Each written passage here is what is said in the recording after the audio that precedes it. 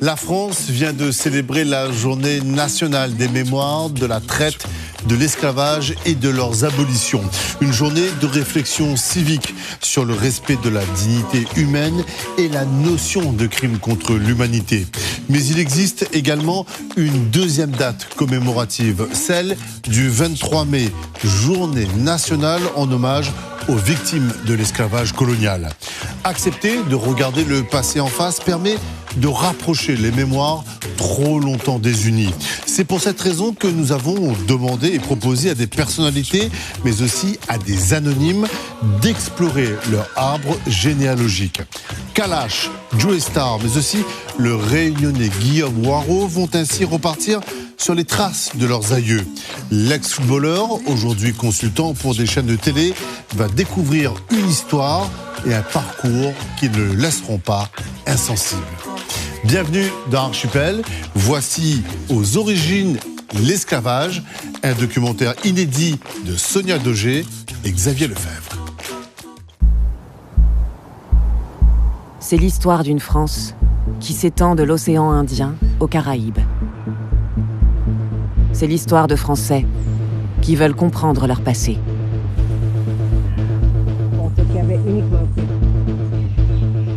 Du XVIIe au XIXe siècle, notre pays a réduit en esclavage 4 millions de personnes. Des hommes, des femmes et des enfants arrachés au continent africain. La traite négrière et l'esclavage ont laissé des traces profondes partout en France. De Saint-Malo à Cayenne, en passant par la Martinique, Bordeaux, Nantes, La Réunion, jusqu'au Jura. Découvrir ce fort où notre ancêtre a été déporté, c'est de ce coup très concret. Nous sommes descendants d'esclaves, mais sans vraiment savoir ce qu'a été l'esclavage, à quel moment, quel lieu, quelle souffrance. Cette histoire si vivante est pourtant largement méconnue, car elle s'est enfouie dans nos mémoires. En explorant les archives, voici l'affranchissement d'Adélaïde Augustine. Avec l'aide de chercheurs passionnés, nous avons retracé les généalogies qui nous relient au temps de l'esclavage. Oh, punaise! Pour la première fois, nous allons emmener des Françaises et des Français à la rencontre de leurs ancêtres. Il y a encore tellement de réponses que je cherche que, enfin, je vais pouvoir mettre le doigt sur ce que je ne sais pas, surtout. Dans ma famille, il a toujours été dit qu'il y avait eu des ancêtres noirs de peau. Quand on ne connaît pas son histoire, on est un peu comme des adoptés. Descendants de capitaines de navires, d'armateurs, d'esclaves ou de colons, ensemble, ils ont souhaité regarder ce passé en face. Cette histoire nous concerne tous. Car cet héritage, leur héritage, est aussi le nôtre.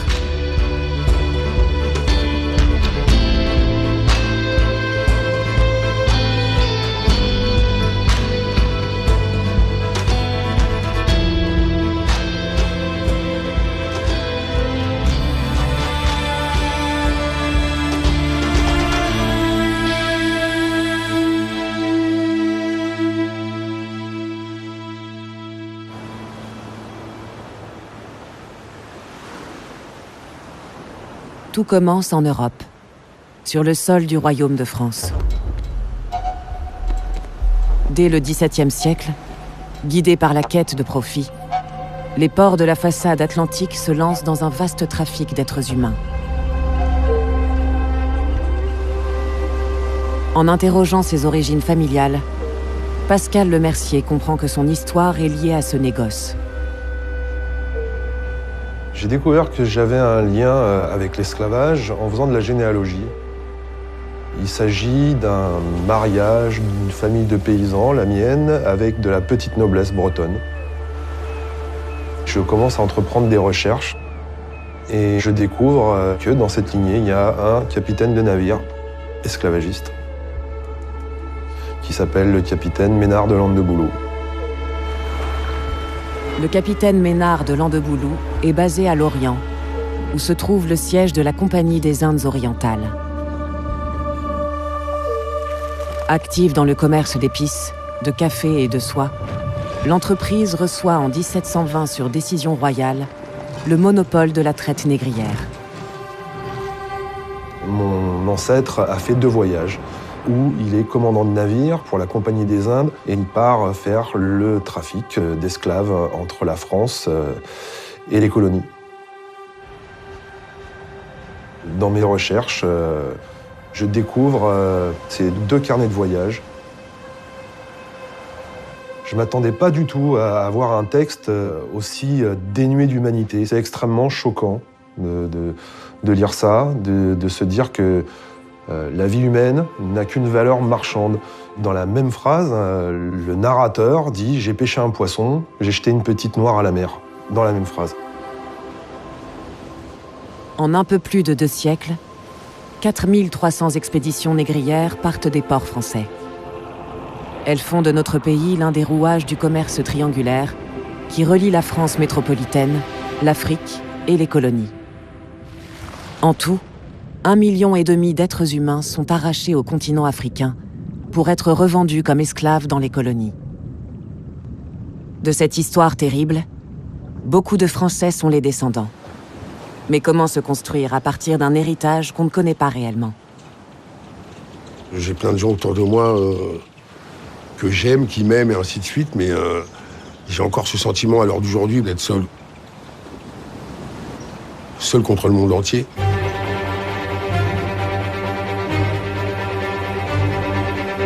En tant qu'être humain, je me suis construit tout seul, quoi. Mon père m'a appris à tenir un couteau et une fourchette, et puis le reste...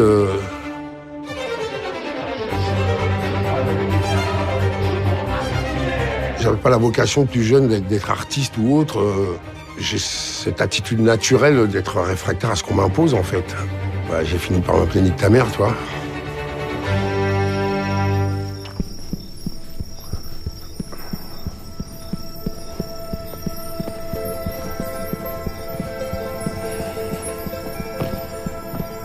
À partir des quelques informations que tu nous as données, nous avons pu reconstituer une partie de ton arbre généalogique.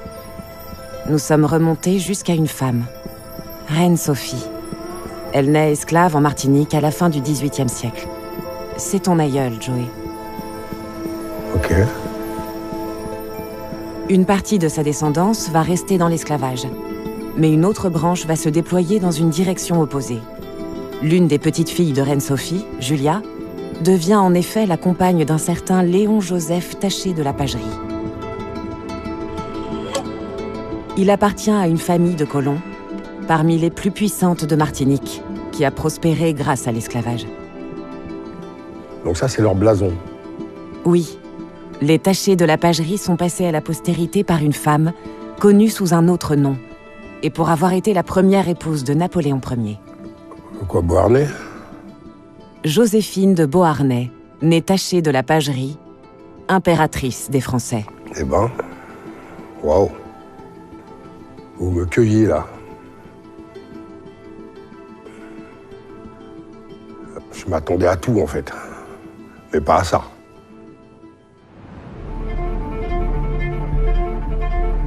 À la tête de plusieurs exploitations dans les îles de la Caraïbe, les Tachés de la Pagerie tirent leur richesse de la culture du sucre. Rien qu'en Martinique, ils sont propriétaires de 200 esclaves. Pour défendre leurs intérêts en métropole, ils disposent d'un puissant lobby colonial.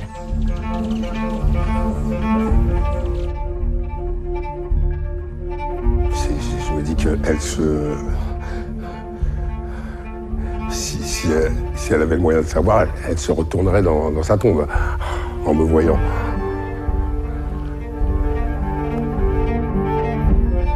Je ne me reconnais pas du tout en elle, quoi. L'esclavage enrichit la métropole. À la fin du XVIIIe siècle, les bénéfices de la traite et le labeur de 800 000 esclaves dans les colonies contribuent à faire de la France la première puissance économique européenne. Les élites qui accaparent ce commerce lucratif bâtissent alors de véritables fortunes. C'est le cas à Saint-Malo.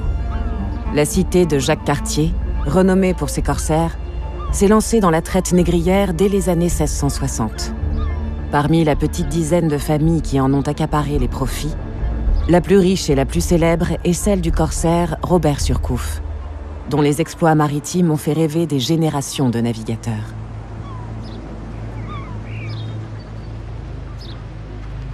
Je m'appelle Pierre-Yves Surcouf, je suis originaire de Saint-Malo et je descends de Noël-Nicolas Surcouf, qui était le plus jeune frère du corsaire Robert Surcouf. Robert Surcouf, le corsaire, n'appartient plus à la famille.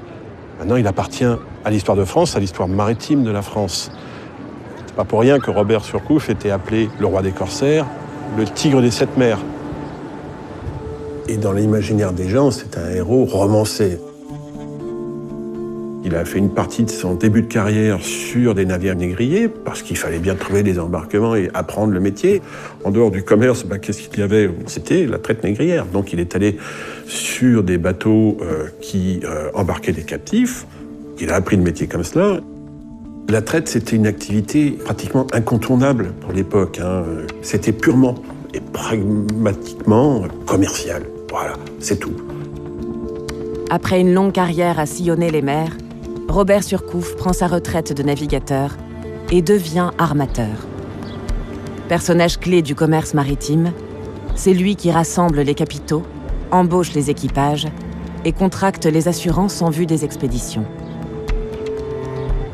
Surcouf a beau être déjà très riche, il se lance à son tour dans le commerce triangulaire. Robert Surcouf a armé des bateaux à la traite négrière. Lui a armé à peu près 116 expéditions, bateaux. Et sur ces 116, il y a eu 6 expéditions à la traite négrière sur 10 ans. Donc voilà, donc 6, mais effectivement, 6 activités très lucratives quand même. Alors oui, Robert Surcouf a tiré profit de la traite, et de façon importante. Tous nos ancêtres n'ont pas laissé les mêmes traces. On en sait davantage sur les armateurs, les capitaines et les maîtres, que sur les esclaves dont ils ont tiré profit. Dans ma famille, il a toujours été dit qu'il y avait eu des ancêtres noirs de peau. On ne savait pas bien d'où venait cette légende familiale. Il y avait des rumeurs d'un noir américain, un peu jazzman. Et au point que quand je suis née, mon grand-père est venu quand même vérifier à la maternité, voir si j'étais noire ou blanche. Cette légende familiale, elle a nourri mon intérêt pour la généalogie. J'avais besoin de comprendre quelles étaient mes origines. Et donc, du coup, je me suis mise à chercher.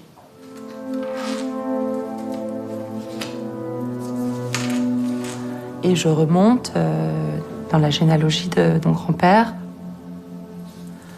Je tombe à un moment donné sur un personnage qui s'appelle Fidèle Petroni, ou Petroni Fidèle. Et là, je bloque en fait sur le nom. J'arrive pas à remonter plus haut.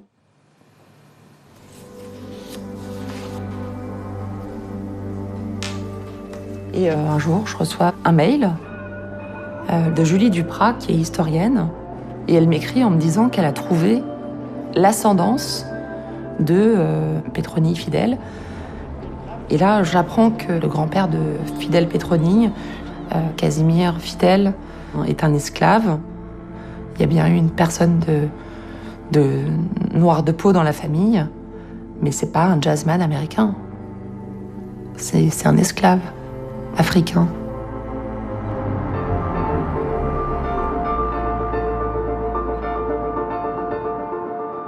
Aujourd'hui, Casimir Fidèle fait partie de ma vie. Forcément, ça questionne beaucoup sur la place qu'on a chacun dans la société, sur qui nous sommes, sur les couleurs de peau aussi, forcément. Casimir, il arrive à Nantes en 1755 sur le Saint-Julien, qui est un navire qui vient de finir son opération de traite négrière. Et vraiment, ça c'est un choc pour le jeune enfant de 7 ans qui arrive en France. On en sait plus sur ses origines, justement, africaines ? Comme souvent, on en sait finalement assez peu sur sa vie en Afrique avant sa déportation. On sait qu'il part du port de Ouidah, qui est un des principaux ports de traite négrière en Afrique. Ok, au Bénin actuel. Exactement, au Bénin. Et c'est légal qu'il soit en France à ce moment-là ? Oui, contrairement à une idée largement répandue, l'esclavage n'est pas interdit en France métropolitaine. C'est incroyable. J'arrivais pas à m'imaginer en fait que l'esclavage était si présent sur le territoire. C'est pas quelque chose qu'on m'a appris à l'école. Tout ça, c'est dû à l'action des lobbies nantais, justement, qui vont faire évoluer la législation pour légaliser la venue des esclaves en France métropolitaine. Et c'est comme ça que tout au long du XVIIIe siècle, il y a plusieurs milliers d'esclaves qui arrivent en France par les différents ports principaux, dont Nantes. Comme Casimir.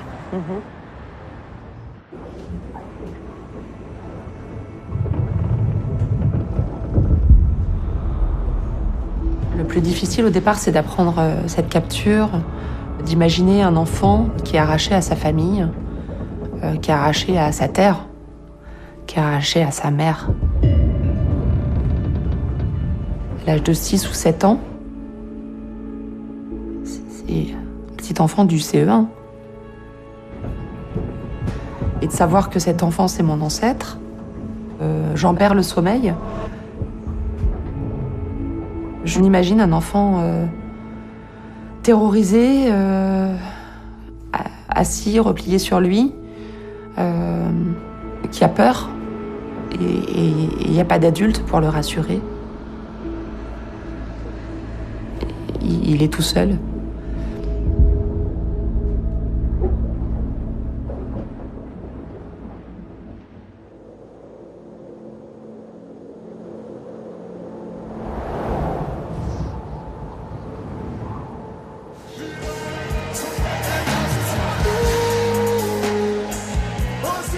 J'ai conscience que ma musique va chercher loin dans ses racines, très très loin. J'ai décidé de faire un test ADN.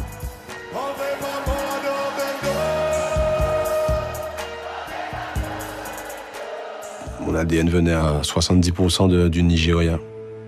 Tu sais, ça te dit quand même, tu viens d'Afrique, tu viens du Nigeria, un endroit qui est beaucoup connu maintenant pour ses artistes, ses mélomanes.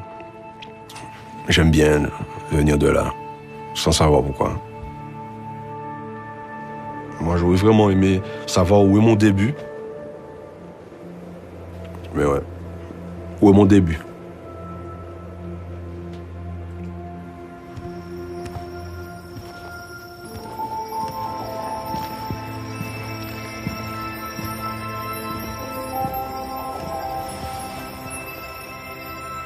Ton début, c'est l'Afrique. Et nombreux sont tes ancêtres qui en furent arrachés par la traite négrière. L'une des premières à poser le pied en Martinique appartient à ta branche paternelle. Nous savons juste qu'elle naît en Afrique vers l'an 1768.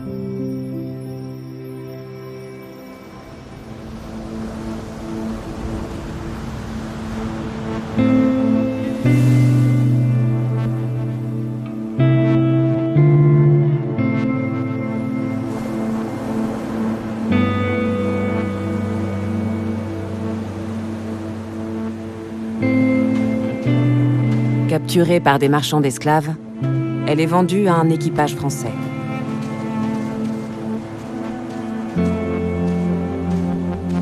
Un esclave coûte cher. Elle est échangée contre un jeu de toile fabriqué à Rouen, quelques couteaux et perles, un fusil, de la porcelaine de Chine, un baril de poudre. Elle embarque avec d'autres pour une destination dont elle ignore tout. Je ne sais pas si elle en avait conscience à ce moment-là que c'était ses derniers moments en Afrique. À son arrivée sur l'île de la Martinique, elle est revendue pour une somme équivalent à 15 000 €. Elle y reçoit un nouveau nom, Marguerite, ton ancêtre. Contre de l'alcool, des perles et des fusils. Je suis pas plus surpris que ça de l'horreur de ce genre d'échange.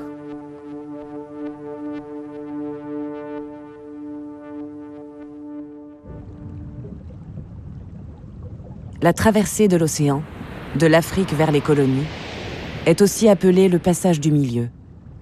Elle dure près de 3 mois.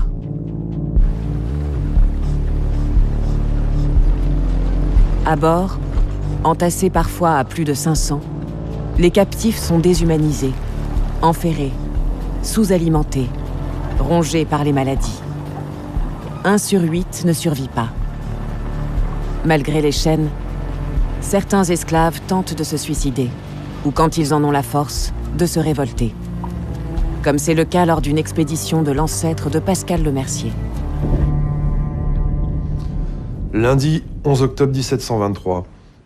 Commencement de révolte parmi nos Noirs. Un jeune nègre se dressa sur le gaillard arrière et nous fit comprendre par gestes qu'il se formait une sédition parmi les nègres pour se défaire des Blancs.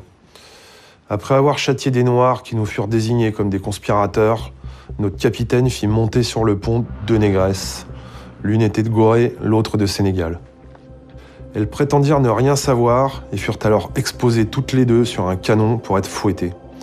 La négresse du Sénégal, par peur du châtiment, déclara qu'un nègre était un sorcier.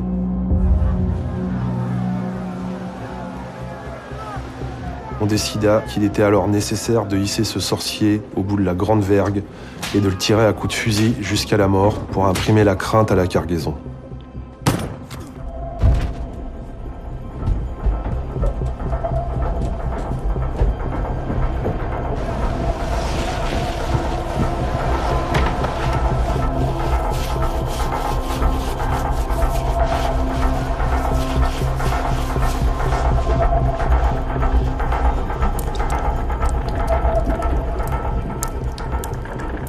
L'année où Marguerite a été arrachée à l'Afrique, 10 navires ont fait la traversée jusqu'en Martinique. Sur ces 10 bateaux, 3 ont vu les captifs se révolter. Ton ancêtre était peut-être sur l'un d'entre eux. Mais c'est possible, ça ne m'étonnerait pas qu'elle y ait participé. Ça fait plaisir. Ils ont essayé dès le début de se libérer ou en tout cas de combattre. Ils ne se sont pas laissés faire, quoi.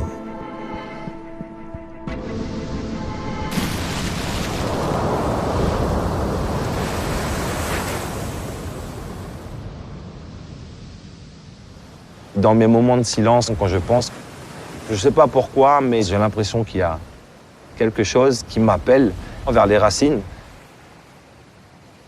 Moi, quelle est ma place dans cette histoire ?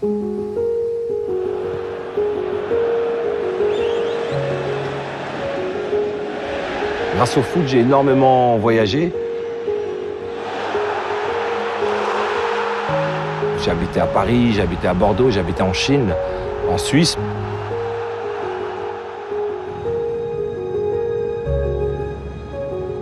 Aujourd'hui, j'ai 40 ans, mais mon histoire, elle ne s'arrête pas à la fin de ma carrière. J'ai envie d'aller à la rencontre de mes aïeux.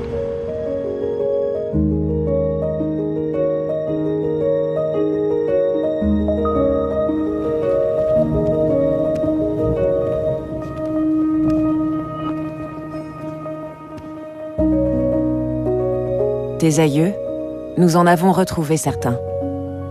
La première femme de ta famille qui a été esclave dans ta Réunion natale est née vers 1753. On ne sait pas précisément d'où elle venait, sans doute de Madagascar ou de l'actuel Mozambique. Après plusieurs semaines en mer, elle pose pied sur le sol réunionnais, que les colons ont baptisé île Bourbon.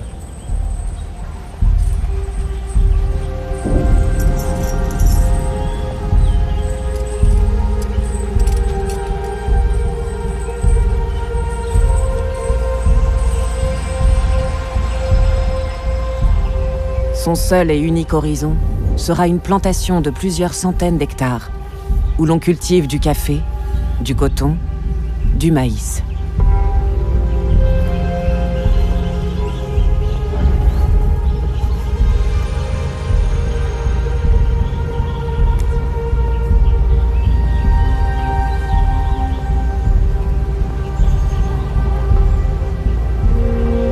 reçoit le prénom de Généreuse. Elle n'a que 15 ans. Elle ne quittera pas cet endroit jusqu'à sa mort. J'ai l'impression qu'elle me dit je vais tenir, je vais le faire parce que j'ai pas le choix.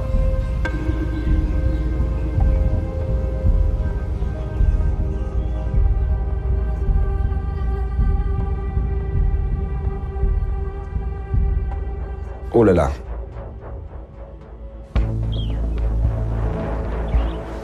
Je connais évidemment cet endroit. On est quasiment tous venus ici quand on était jeunes, en sortie scolaire.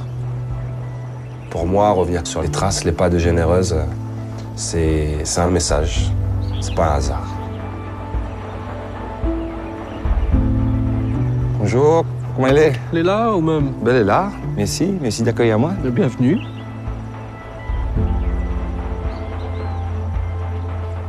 Ça fait un moment que je voulais venir ici.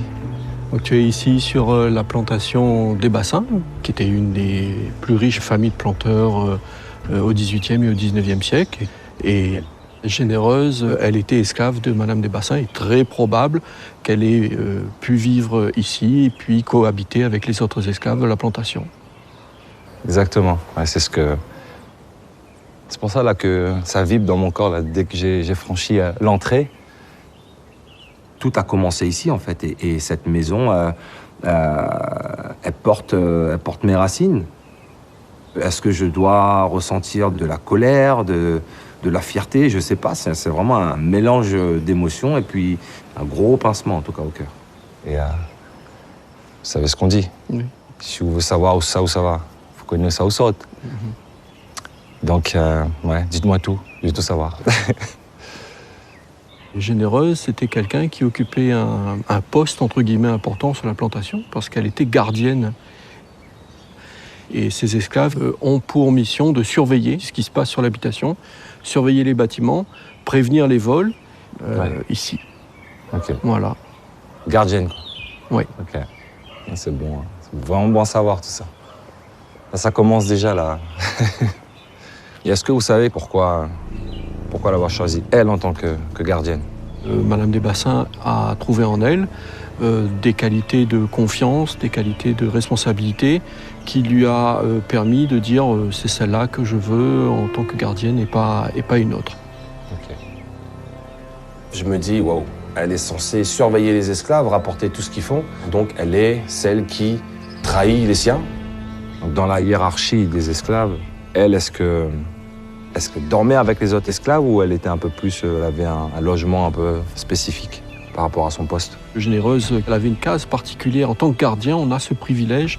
Donc elle devait se préparer très tôt, quitter très tôt sa case pour se rendre à l'endroit où elle devait assurer sa surveillance. Voilà. Puis là, j'ai pris une claque. C'est un poste qu'on lui impose, elle ne choisit pas. Je pense qu'elle subit autant de souffrances comme tous les autres. À l'époque, l'instinct de survie, c'était ce qui primait, quoi.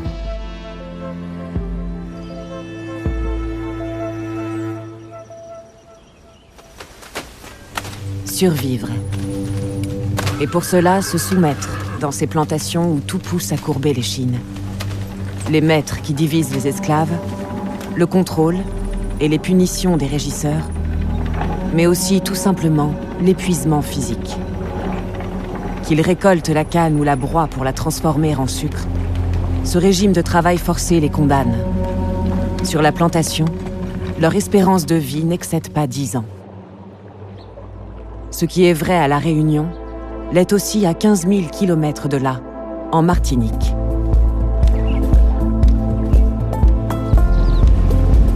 Grâce aux découvertes de l'archéologue Thomas Romont, on en sait plus sur les conditions de vie des esclaves des plantations martiniquaises. Celles que connurent tes ancêtres, Stéphie. Quand on ne connaît pas son histoire, on est un peu comme des adoptés. Tu vois ce que je veux dire? Donc je dirais qu'on est un peu aussi dans ce cas de figure, parce que quand tu n'as pas d'infos sur ton histoire et tes ancêtres, eh ben tu cherches, consciemment ou pas, mais tu cherches, quoi. Merci.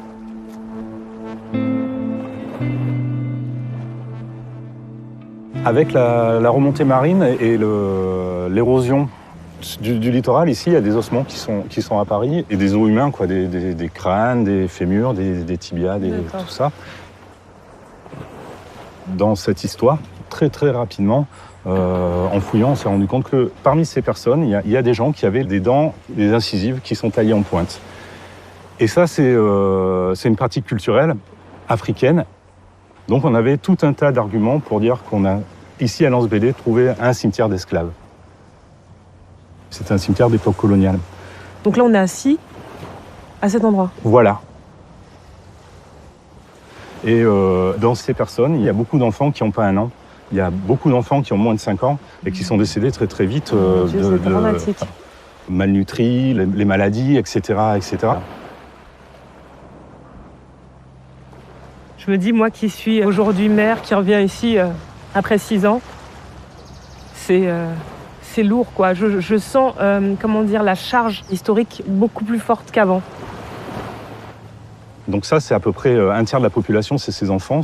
Et après, on a beaucoup de jeunes adultes. Et ce qu'on a remarqué, c'est que sur ces adultes, il y a des traces d'usure du corps, mais qui sont des choses qui seraient naturelles sur des personnes âgées. Tu vois, de l'arthrose, des caries, des choses comme ça. Mais là, on a des individus qui ont 20-30 ans, mais qui ont un corps de personnes de 60-70 ans. Et ça, c'est vraiment la preuve que ces gens, ils ont été tués au travail. Tu dis, mais comment on a pu être dans une telle horreur, dans un truc aussi inhumain ?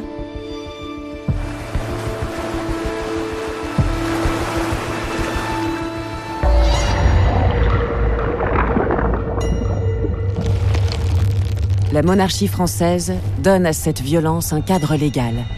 En 1685, connu sous le nom de Code noir, le texte de loi, dû à Louis XIV et son ministre Colbert, établit que l'esclave est un bien meuble, que l'on peut acheter, vendre ou donner. En principe, seule la justice royale a le droit de tuer ou de mutiler l'esclave. Mais dans les faits, la seule véritable autorité est celle du maître.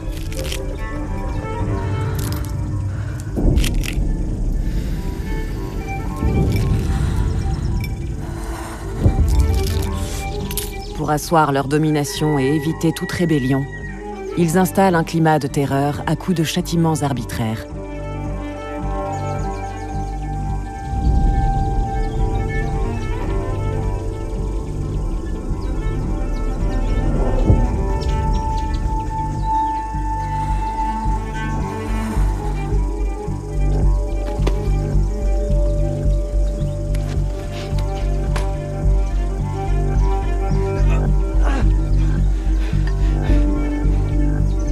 Amputation, privation de nourriture, captifs forcés de manger leurs excréments.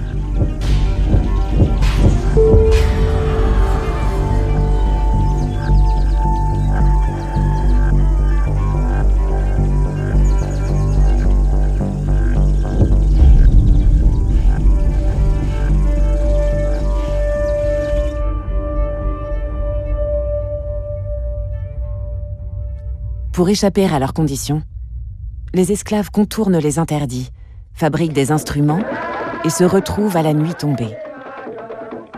Leur musique reprend les rythmes africains qui ont voyagé avec eux.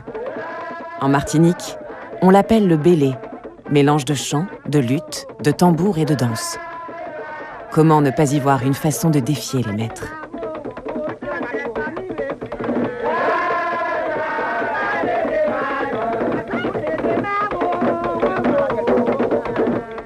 C'est des moments de libération.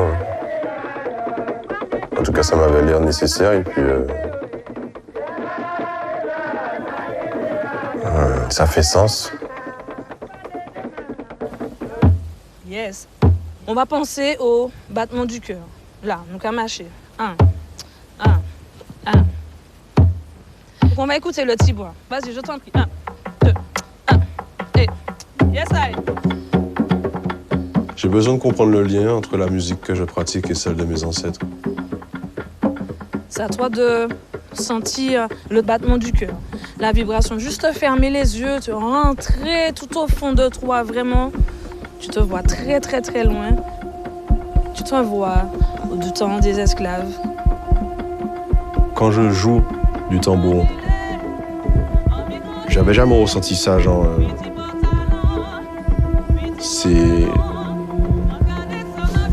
Ça prend, quoi. C'est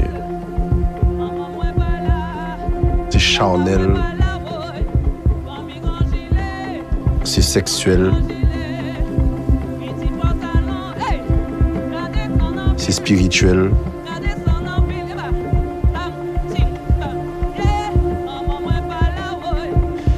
Je sais pas pourquoi j'ai pas connu ça avant, quoi. Tout est lié avec ce qu'on fait aujourd'hui. Quand je tosse, par exemple, ici, ici, oui, c'est la suite logique et toute la rythmique qu'on a dans la musique que je pratique. Le reggae dancehall, mais tout vient du battement du cœur, quoi. Comme le belé, comme le tambour. Quand c'est dans l'ADN et dans l'âme, c'est comme un canal. Tu as ça dans le sang, frère. Tu sais même pas. Tout revient aux descendants, quoi.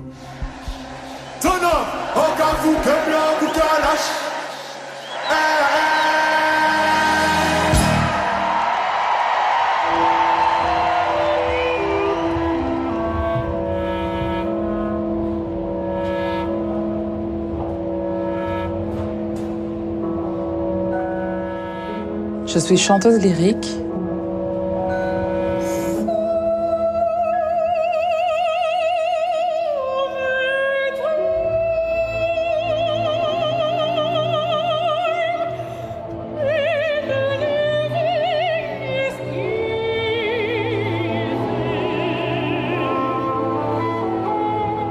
J'ai pris conscience que je venais d'un territoire où souvent on s'empêche de rêver grand.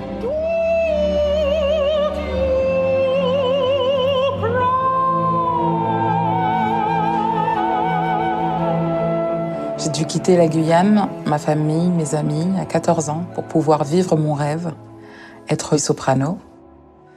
Et j'ai compris à ce moment-là que j'étais issue d'une histoire où le déracinement est une constante.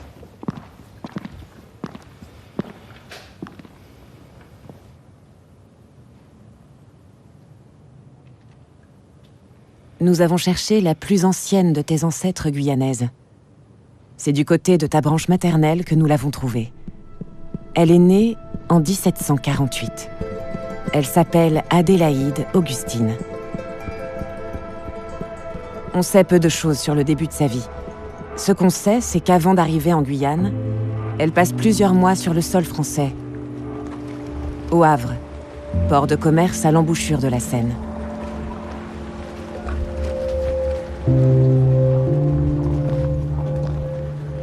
Je suis très surprise d'être au Havre. Je m'attendais plutôt à Nantes ou Bordeaux, dont je connais les liens avec l'esclavage. Mais la ville du Havre, je m'y attendais pas du tout.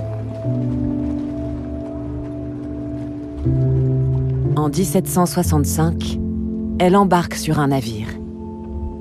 C'est ce que nous apprend ce document, retrouvé aux Archives nationales. Le nom et l'âge d'Adélaïde Augustine figurent sur la liste des passagers. Ça devient extrêmement concret. C'est beaucoup d'émotions. Ce registre d'embarquement précise qu'elle est l'esclave du capitaine du navire, Jean-Baptiste Panel. C'est le nom de famille de mon grand-père maternel. C'est quand même pas rien.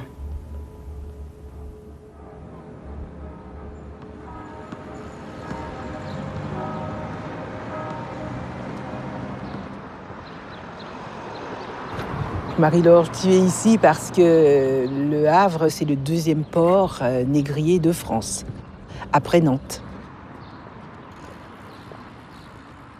Cette ville, en lien avec Rouen et Honfleur, a déporté plus de 200 000 captifs africains. Quelques noirs, oui. On est au 18e, on est quand même à l'époque de Louis XV. Donc la traite, elle est très, très active. Donc Adélaïde Augustine arrive dans ce contexte-là. D'accord. Je mets un peu de temps à réaliser que je suis à un endroit qui scelle mon histoire familiale. Adélaïde Augustine, ce qu'on sait, c'est qu'elle a été achetée par Jean-Baptiste Panel, parce que ça se faisait dans les coutumes et dans les habitudes de cette élite négrière de l'époque. Ça représente, c'est symbolique, je veux dire. C'est symbolique de l'enrichissement, c'est symbolique des moyens qu'on a. Ce n'est pas surprenant. Et on sait que son destin va basculer le 8 septembre 1765, où elle prend le bateau. Elle va partir avec Jean-Baptiste Panel, qui l'embarque pour la Guyane. Et elle s'en va sur un navire qui s'appelle curieusement l'Adélaïde.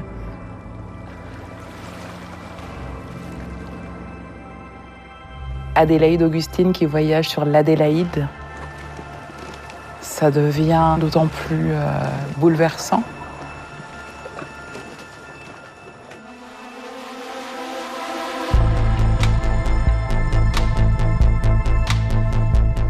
Après 3 mois de traversée, elle accoste en Guyane, à Cayenne. À peine arrivée, un événement ébranle à nouveau son existence.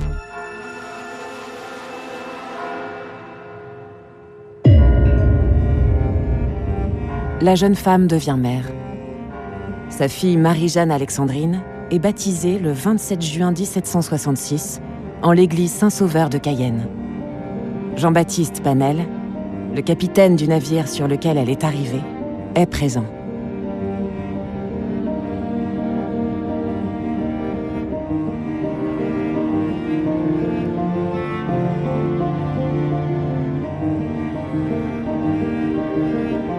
C'est douloureux. Ça me donne une sensation d'oppression, littéralement.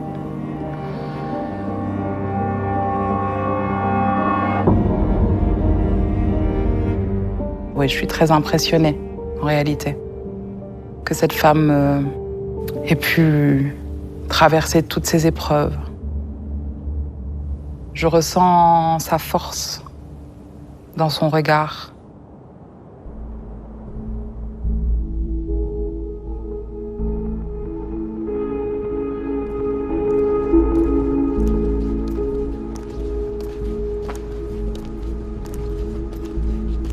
Je suis émue et je suis impatiente d'en savoir plus sur la descendance d'Adélaïde et de Marie-Jeanne. C'est un très beau lieu. Ah oui, et un lieu que j'ai eu la chance de beaucoup fréquenter dans ma jeunesse. Des concerts, des messes, des grands offices. C'est beaucoup de beaux souvenirs. Et c'est dans cette église donc que votre ancêtre a été baptisé en 1766. Alors dites-moi plus, ça m'intéresse. Alors, normalement, les maîtres, sous l'Ancien Régime, avaient l'obligation de faire baptiser leurs esclaves. C'est l'article 2 du fameux Code noir. Le problème, c'est qu'en Guyane, on n'a pas conservé de traces des baptêmes d'esclaves. En tout cas, tout ce qui nous reste, nous, de registres anciens en Guyane, ce sont des registres de baptême qui ne concernent que les libres, qu'ils soient blancs ou de couleur. D'accord. Et donc, si on trouve trace du baptême de Marie-Jeanne Alexandrine, c'est qu'elle était libre. Parce que si elle avait été esclave, son baptême n'aurait pas été enregistré. Et si elle est libre, c'est parce que sa mère a été affranchie 15 jours plus tôt par Jean-Baptiste Panel. 14 jours avant, Adélaïde Augustine, elle est affranchie par son maître.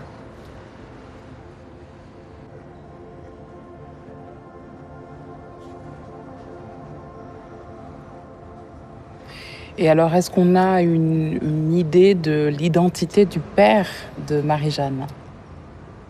Alors, le père n'est pas nommé. Enfin, Panel est parmi les témoins de l'acte de baptême. Le maître. Ce qui sous-entend quelque chose? Peut-être. On n'en aura jamais la preuve. Mais évidemment, on a un soupçon, comme souvent dans ces cas-là, que Panel soit le père de l'enfant. Mais de toute façon, même s'il l'était, il ne l'aurait jamais dit, il ne l'aurait jamais avoué à cause de la pression sociale qui existait en Guyane à l'époque.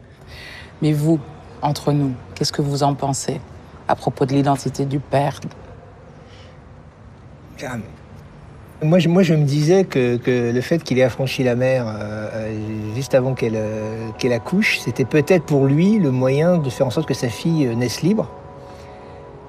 Je me dis que c'est peut-être justement un signe de la paternité de Panel.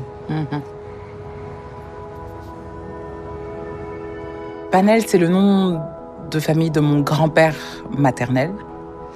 Et je me dis que ce nom de famille vient finalement de loin. Et que voilà, c'est un propriétaire d'esclaves. Et puis finalement, je me dis qu'importe. Si je suis là, c'est parce que cette première arrivée d'Afrique a su résister et a su aussi transmettre des choses très très fortes. On ne saura jamais quelle était la nature des sentiments d'Adélaïde Augustine pour Jean-Baptiste Panel. Mais 80 ans avant l'abolition de l'esclavage, elle offre à sa descendance la liberté. Alors qu'au même moment, en 1766, 8000 êtres humains sont toujours en esclavage sur le sol guyanais.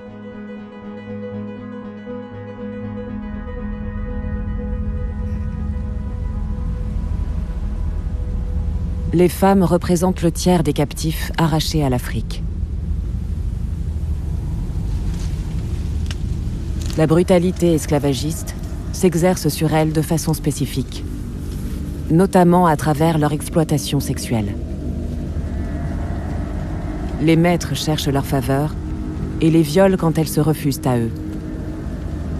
Certaines cèdent pour échapper aux souffrances, espérant, qui sait, obtenir leur liberté. D'autres se résignent.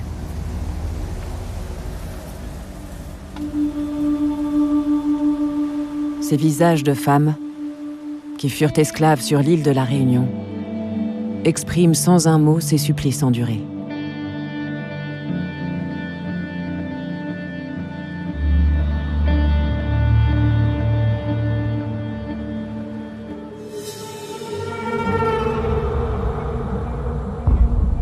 D'autres résistent autrement, par l'affirmation ultime de leur liberté.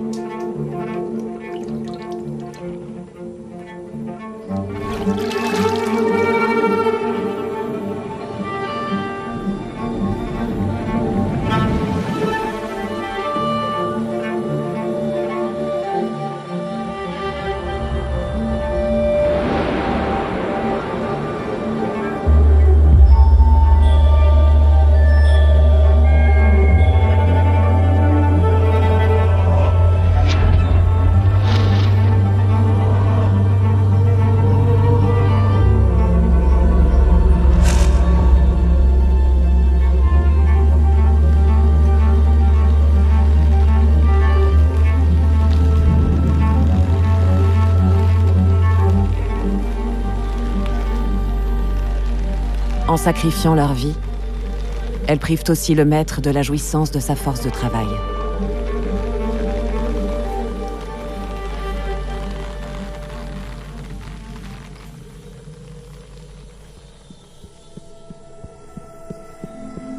Sur l'île de la Réunion, ton ancêtre généreuse, gardienne dans la plantation des bassins, a désormais plus de 40 ans. Elle est devenue mère de 3 enfants. Sa fille cadette, Constance, a pour compagnon un homme qui s'appelle César.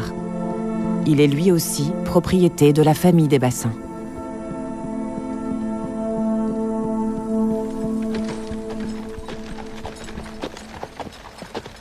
À 30 ans, César est nègre de pioche, le grade le plus bas dans la hiérarchie des esclaves.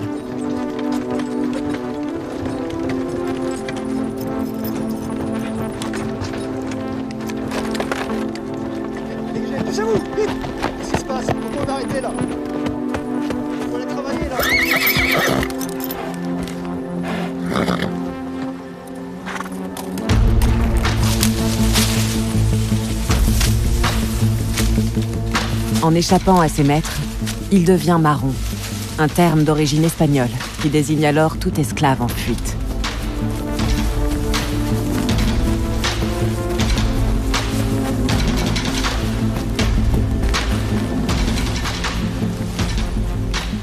Et là, c'était la définition exacte du courage.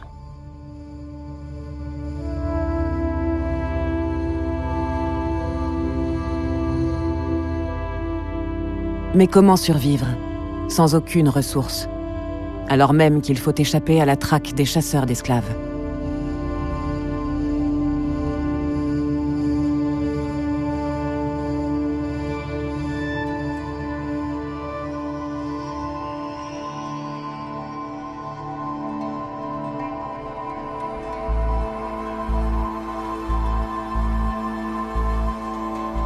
Quand je marche au volcan, j'essaie de me mettre dans la tête d'un marron et je me dis, qu'est-ce qu'il a en tête? Est-ce qu'il se dit, ça y est, je suis libre, les conditions elles sont meilleures ici?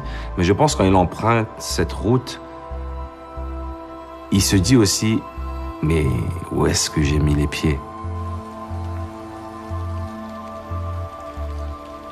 Waouh! Bienvenue Guillaume, dans une caverne de marron. Mamma mia!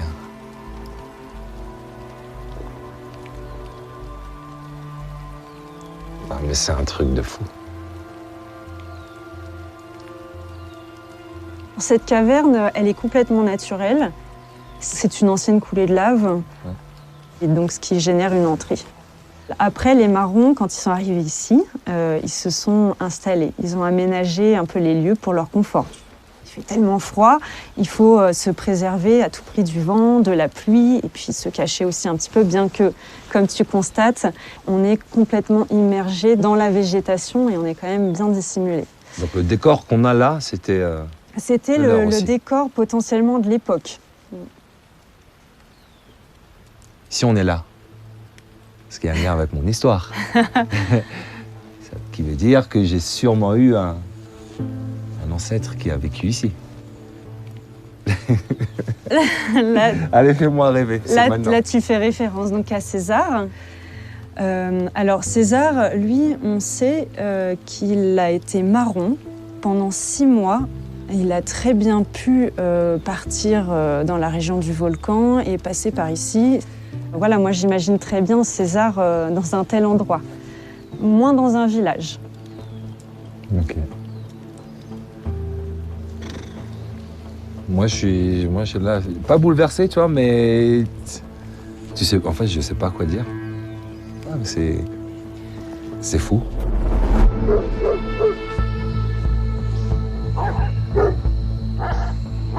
Le problème, c'est que l'organisation coloniale met en place des milices, du coup, pour partir à la chasse aux marrons.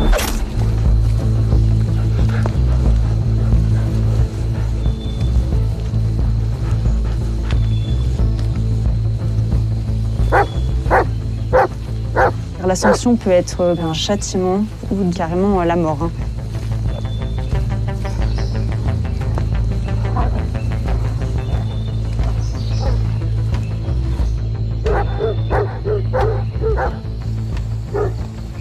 C'est pendaison et on peut couper la tête. Et ça se fait généralement sur la place publique pour que les esclaves aient bien en tête ce que signifie partir en marronnage.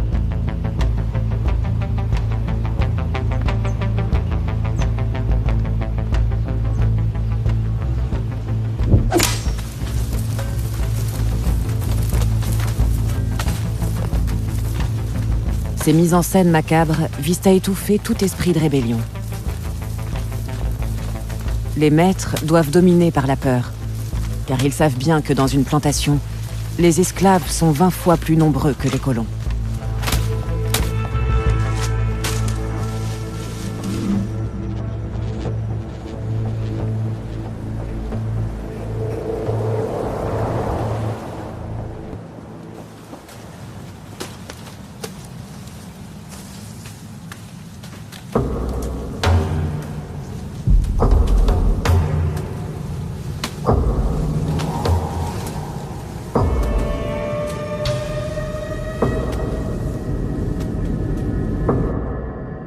Quand tu es dans cette grotte, tout de suite, tu t'imagines les conditions dans lesquelles il vivait. Et là, tu as envie de dire, mais c'est tellement injuste, en fait. Donc, ce sentiment-là, il se transforme vite en colère. Mais voilà, tu as vraiment ce sentiment d'injustice qui prédomine. Mais pourquoi? Pourquoi nous? Pourquoi c'était comme ça? Et je pense que j'ai ressenti une nouvelle émotion qui n'existait pas chez moi. J'ai une liste de questions comme ça, mais là, avec toutes ces infos-là, la gorge, elle se noue d'un coup, là, c'est... Alors César, il est parti 6 mois en marronnage, ce qui est très long, quand même. Et après, soit il a été capturé par une milice, par des chasseurs de marrons qui l'ont ramené, soit il est revenu de lui-même. Il a quand même sa femme qui reste sur la plantation, donc je ne m'imagine pas qu'il ose partir sans elle. Pour moi, il part en éclaireur prendre des informations. Il prend un gros risque. Elle est là, la beauté dans l'histoire. C'est ça qui a fait que l'émotion est montée à un moment dans cette grotte. Ah, ça devait vraiment être un sacré rebelle, ce César. Il fallait bien pour survivre. En tout cas, ça a été un honneur d'avoir rencontré Généreuse, César et plein d'autres. J'aimerais leur dire merci pour tout, en fait, parce que on est là, quoi. Nous, on est là, on est vivants. Et ce que j'espère, en tout cas, c'est que là où ils sont aujourd'hui, ils nous regardent aussi avec la même fierté. Nantes, 1756. Le jeune esclave Casimir a survécu au périple qui l'a conduit du port de Ouidah en Afrique jusqu'en France. De là, les archives permettent de reconstituer sa vie avec une rare précision. C'est dans cette église que se fait baptiser Casimir 6 mois après son arrivée en France. Et lors de ce baptême, on lui donne un second prénom, celui de Fidèle. Casimir, il y a 250 ans qui nous séparent et on arrive à retracer sa vie depuis l'âge de 6 ans. C'est un trésor, en fait, de découvrir tout ça. Casimir Fidèle apprend le métier de cuisinier dans la capitale. Il doit avoir du talent, car il fait une carrière exceptionnelle. À 30 ans, on le retrouve à Bordeaux. On se trouve ici sur l'équivalent des Champs-Élysées à Bordeaux, dans le triangle d'or bordelais, devant l'hôtel de l'empereur, qui représente un véritable tournant dans la vie de Casimir, puisqu'après sa vie d'esclave à Nantes, Paris et enfin Bordeaux, il devient affranchi à l'âge de 30 ans. Et du moment où il devient libre, il prend la tête de cet établissement. Donc c'est un hôtel de luxe qui est fréquenté par toute l'élite et qui va permettre d'asseoir la position de Casimir dans le Bordeaux du XVIIIe siècle. Je suis désolée.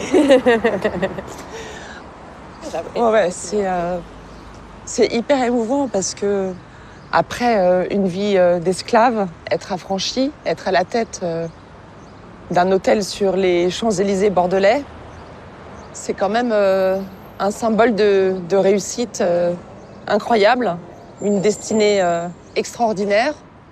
Bah effectivement, Casimir Fidèle, il a pu devenir libre parce qu'il est capable de nouer des relations, toujours les bonnes relations. C'est quelqu'un qui sait très bien y faire aussi. Son intelligence relationnelle. Exactement. Casimir Fidèle, c'est un homme dans les archives, on voit qu'il a aussi su clairement placer ses pions, savoir ce qu'il fallait faire pour obtenir ce qu'il voulait. Donc c'est une figure qui est hyper attachante, qui est très impressionnante. Il a gagné sa liberté, pour moi. Ouais. Qui est très impressionnante. Il a un courage et un sens de la survie, en fait, qui est hors du commun. Un sens de l'adaptation qui est hors du commun. Désormais libre, Casimir Fidèle se marie dans cette église bordelaise. Avec Ursule Lachaise. C'est une femme blanche. Tout à fait. Et il devient père. En 1789, sa vie prend une nouvelle direction. La Révolution française éclate. Elle abolit les privilèges, elle en finit avec la royauté et fait naître dans le pays un immense espoir. Casimir monte à Paris. L'autre grand tournant de sa vie, c'est la Révolution française, puisque c'est le moment où il commence vraiment à s'engager politiquement. D'accord. En 1794, Casimir Fidèle remet aux députés de la Convention une pétition en faveur de l'abolition de l'esclavage. Le projet d'une société sans maître ni esclave sera son dernier combat. C'est que là-bas que va se terminer sa vie, puisqu'il meurt 2 ans plus tard. Il a un esprit conquérant. Je disais tout à l'heure qu'il a été chercher sa liberté, mais c'est au-delà de ça. Il va chercher la liberté des autres aussi. Ouais. C'est un ancêtre tellement fort et tellement exemplaire que je pense qu'il mérite qu'on se rappelle de lui. Et cette transmission, moi, j'aimerais qu'elle reste. Donc je pense que je vais faire les démarches auprès de la mairie de Bordeaux pour essayer d'obtenir à minima une plaque sur l'autel de l'empereur.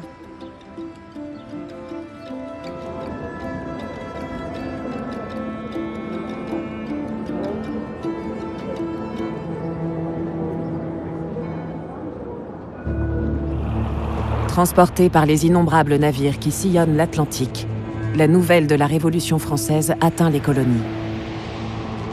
Dans ces îles à sucre, où près d'1 million d'hommes et de femmes sont exploités, les déclarations sur l'égalité entre les hommes et les remises en cause de l'esclavage provoquent une onde de choc. La situation se crispe. Des planteurs royalistes s'opposent aux nouvelles idées et sont exécutés par les tenants de la Révolution. Sur l'île de Sainte-Lucie, des esclaves se soulèvent et proclament l'abolition de l'esclavage sur l'île.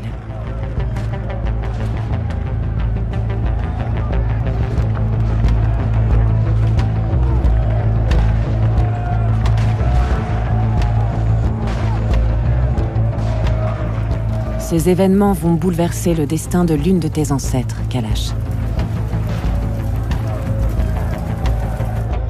Elle est née esclave à Sainte-Lucie en 1785. Elle s'appelle Marie.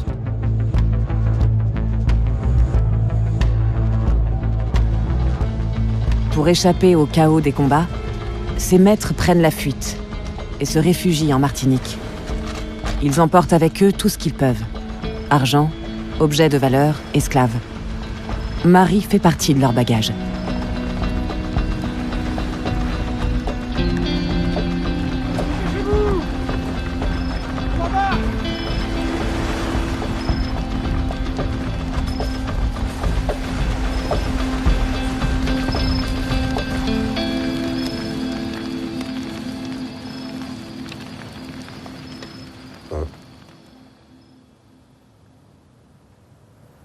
De ma fille. C'est plus compliqué à supporter ça, ce genre de regard-là. Il y a quelque chose qu'elle mérite qui est juste à sa portée, mais qu'elle n'a pas pu atteindre, quoi.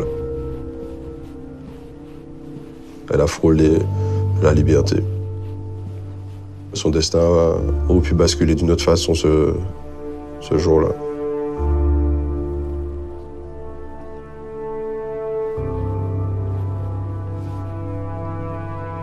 La révolte de Sainte-Lucie est matée. Toute la Caraïbe est sur le point de s'embraser. Car à Saint-Domingue, la plus rentable des îles à sucre où vivent 500 000 esclaves, une insurrection a éclaté.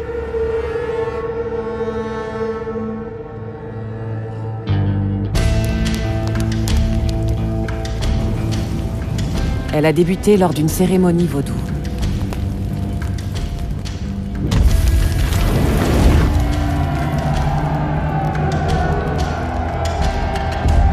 L'histoire lui a donné un nom, la cérémonie de Bois Caïman.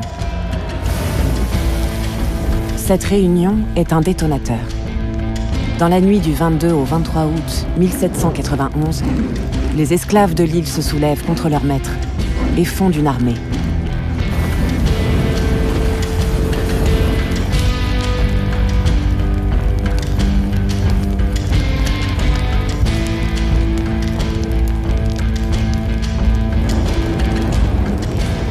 Les événements de Saint-Domingue vont galvaniser les abolitionnistes. Si bien qu'en 1794, les députés de la Convention votent la fin de l'esclavage pour toutes les colonies françaises.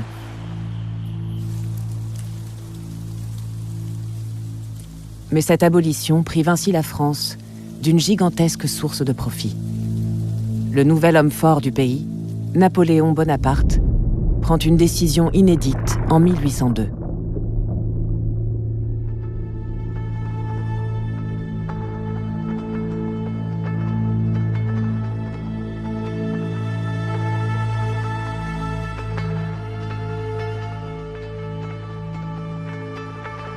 Au nom du peuple français, Bonaparte, premier consul, proclame loi de la République le décret suivant. Article 1er. L'esclavage sera maintenu conformément aux lois et règlements antérieurs à 1789. Ce décret, Marie-Laure, frappe brutalement l'un de tes ancêtres. Charles Joseph naît esclave en 1792 en Guadeloupe. À l'âge de 2 ans, l'abolition fait de lui un citoyen français. Mais il ne vivra pas libre longtemps. Dès 1802, le décret de Napoléon le fait retomber en esclavage. Il a 10 ans. Je crois que j'aurais été littéralement désespérée. On aurait pu arrêter le massacre et qu'on a choisi de continuer pour des questions économiques, pour de l'argent.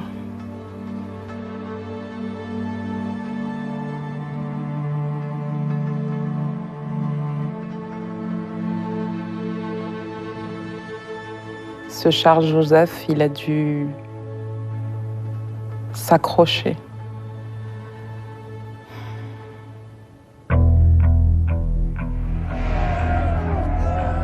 À Saint-Domingue, les nouveaux libres refusent le retour à la servitude.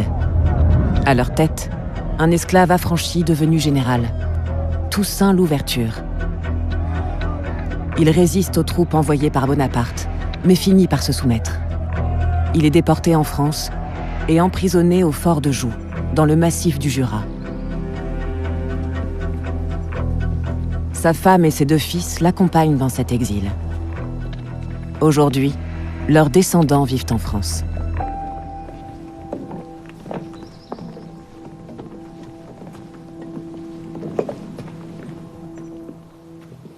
C'est impressionnant. Ouais, c'est impressionnant. Hein. Ouais. Très émouvant. Venir en famille comme ça, c'est, je sais pas, c'est puissant.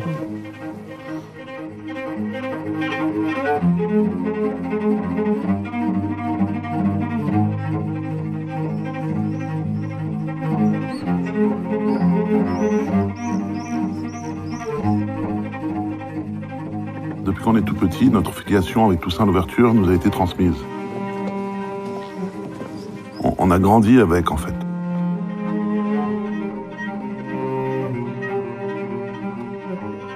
Et c'est vrai que découvrir ce fort, où notre ancêtre a été déporté, c'est rendre cet héritage familial, d'un seul coup, très concret.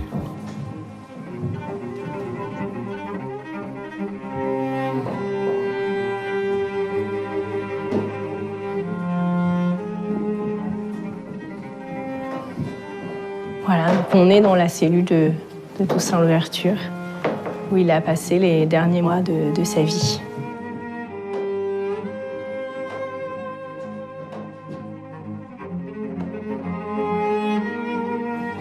C'était un prisonnier qu'on considérait comme extrêmement dangereux.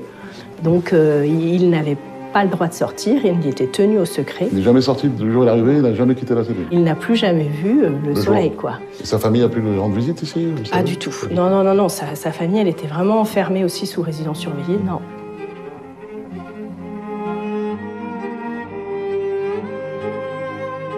Toussaint Louverture, il arrive ici au cœur des montagnes du Jura, où il neige plus de 8 mois dans l'année.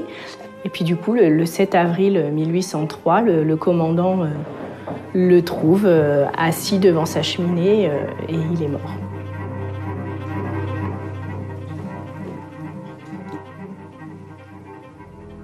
On sait qu'il est mort d'une pneumonie. Il a dû vivre un enfer. Donc après sa mort, à Saint-Domingue, les généraux de Toussaint Louverture continuent le combat et le 1er avril 1804, l'indépendance de Saint-Domingue est proclamée sous le nom d'Haïti. Toussaint Louverture, lui, il sera décédé avant, il n'aura jamais vu l'aboutissement de son action. Qu'il avait contribué à quelque chose d'énorme. Je crois que c'était le premier exemple de l'histoire de l'humanité, de décolonisation et de... Tout à fait, c'est la première république noire au monde. Ça fait exemple pour le monde entier.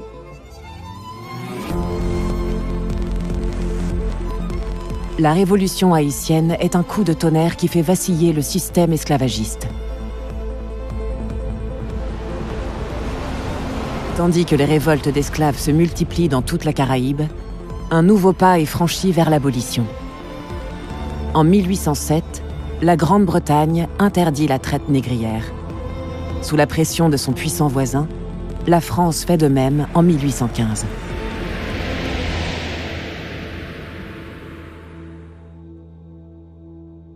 Mais la traite n'est pas l'esclavage, qui continue en toute légalité. Comme les plantations des colonies françaises ont sans cesse besoin de nouveaux esclaves, comme les revenus de ce trafic sont colossaux, la traite recommence depuis les ports français. En théorie, cette traite est clandestine, mais dans la réalité, elle se fait avec la complicité passive des autorités.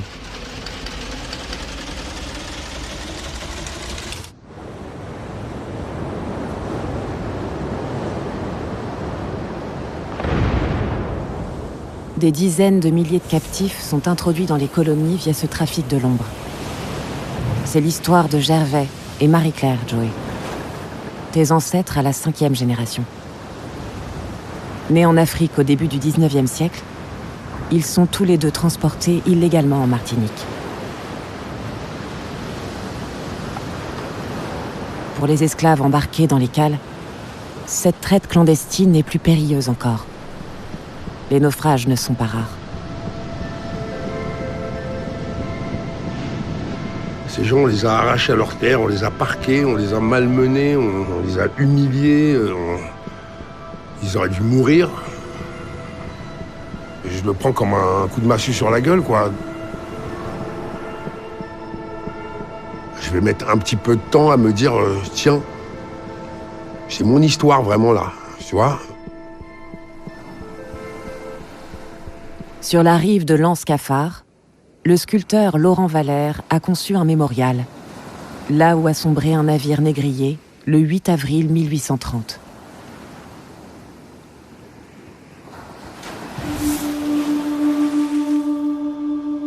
La mer, ce jour-là, était déchaînée. Il faut imaginer que le bateau, il arrive, les gens du quartier sont venus pour faire signe au bateau de ne pas rester là. Parce que la mer est démontée. Ouais. Mais le bateau est ancré, il n'y a personne sur le pont, personne ne répond. Mais tout le monde comprend qu'il s'agit d'un bateau de traite clandestine. Donc il y a des gens là. Ouais. Voilà. Et c'est donc le soir que le bateau va exploser littéralement au pied de la falaise. D'accord. Et on va sauver principalement des femmes et des enfants. Parce que les gars ont été enfermés dans la cale, ils sont morts noyés dans la cale.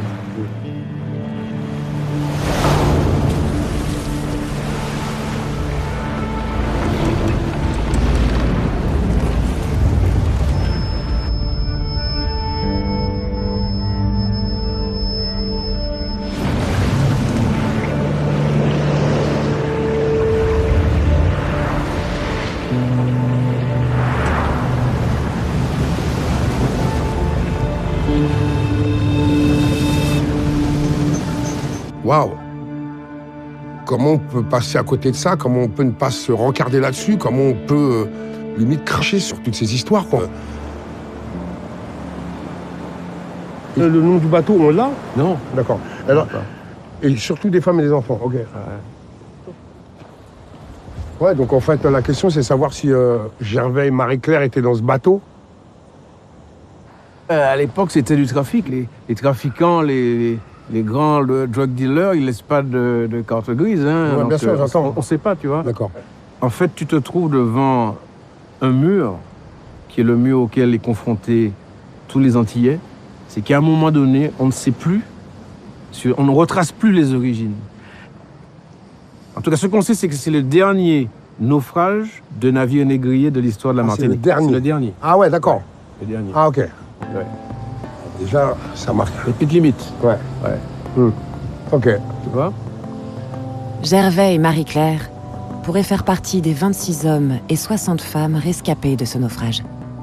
En fait, ce que j'entends est déjà tellement fort que ça m'ébranle beaucoup. Je ne vois pas ces gens comme des victimes. Au contraire. Alors que je t'explique, c'est une œuvre qui est constituée de triangles pour symboliser le commerce triangulaire. D'accord. Et je leur ai donné cette forme un peu groupée, tu vois, parce que c'est le destin commun de ces hommes-là d'être arrivés ensemble ici.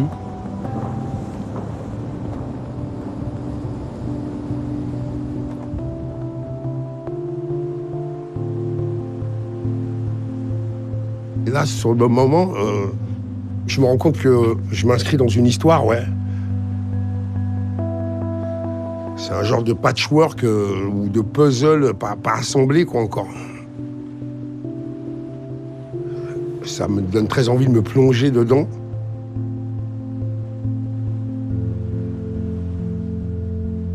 Peut-être qu'un jour, je pourrais mettre tout ça bout à bout. Donc c'est important de le faire, quoi.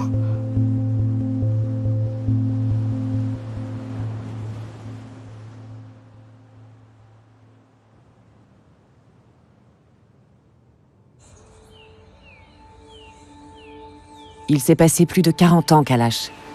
Depuis l'arrivée de ton aïeule Marguerite sur l'île de la Martinique, après avoir été vendue sur une côte africaine. Elle a passé sa vie à travailler sur la plantation comme esclave, jusqu'à ce que son maître la franchisse.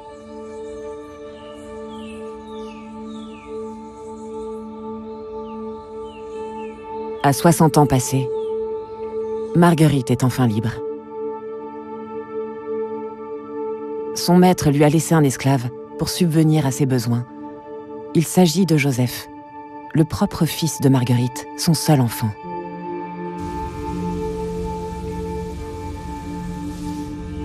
Ce jeune esclave appartient à sa mère, mais pour l'affranchir, Marguerite doit payer une taxe.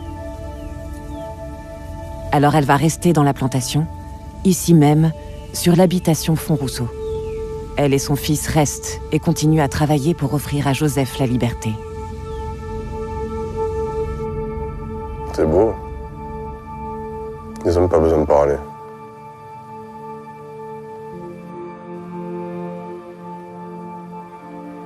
Ah non, c'est très très beau.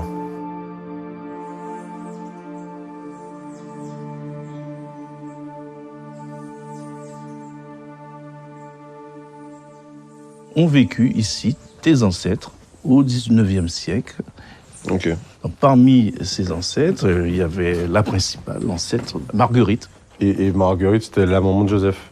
La Marguerite était effectivement... Elle était affranchie. Elle était affranchie, elle était libre. Mais elle est restée habitée ici? Elle est restée ici très longtemps, très longtemps travaillée. Okay. Et son fils a été franchi à 35 ans. Ok. Par an? Et je vais pouvoir t'amener plus loin pour comprendre et pour voir ce qui s'est passé, comment se passe un affranchissement, comment, évidemment, Joseph est devenu un homme libre quelques années plus tard. D'accord. On va voir ça là-haut, dans les lieux où ils habitaient. Je me dis, là, mes anciens ont marché là, se sont disputés là, ont pleuré là. En fait, je me fais un film, quoi. Je me dis, est-ce que eux, ils ont imaginé que leur petit marcherait là un jour pour découvrir qui ils étaient et marcherait là en tant que personne libre? C'est comme si des âmes tournent autour de l'habitation et puis ils attendent que leurs petits viennent pour pouvoir partir.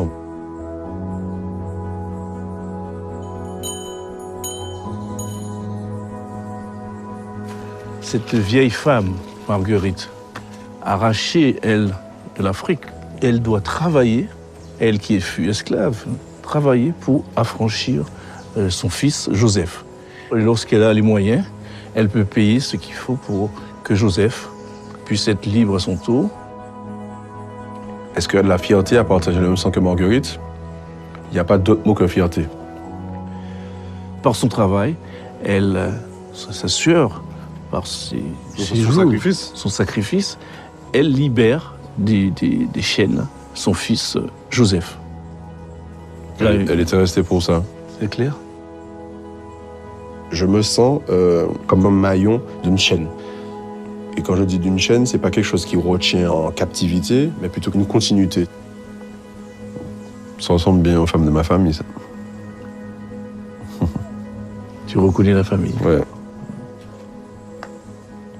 Je pense que ma mère fait la même chose. Ma grand-mère aussi. Ma grand-mère aussi.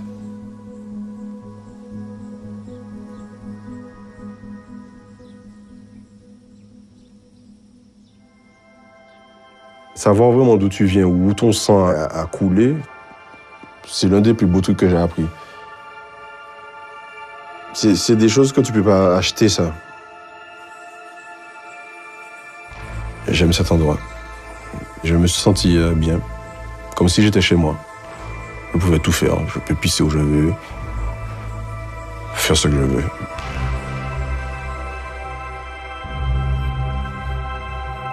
Comme Marguerite puis Joseph, les libres de couleur sont désormais des dizaines de milliers en France et dans ses colonies. Leur poids politique grandissant, conjugué aux résistances de ceux qui sont encore asservis, rendent l'abolition de l'esclavage inéluctable. Après d'innombrables révoltes matées dans le sang, après que tant de voix se soient levées sans être entendues, après des années de tractations et de débats, la Deuxième République adopte le décret d'abolition de l'esclavage le 27 avril 1848. Dans toutes les colonies françaises, la vie de 250 000 personnes bascule.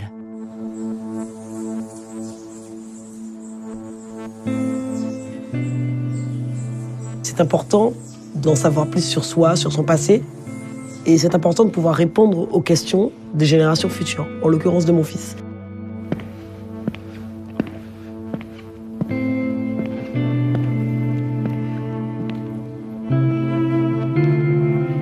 Karine. Jean-François et Céleste sont les grands-parents de tes arrière-grands-parents. Esclaves sur une plantation au Lamentin en Martinique, ils deviennent citoyens français du fait de l'abolition. Esclaves, ils n'avaient qu'un prénom. Citoyens, ils se voient attribuer un nom de famille. Ce document est le registre sur lequel les noms de tes ancêtres sont mentionnés pour la première fois. Céleste reçoit le patronyme Carmin. Jean-François, celui de Bast. Oh, punaise!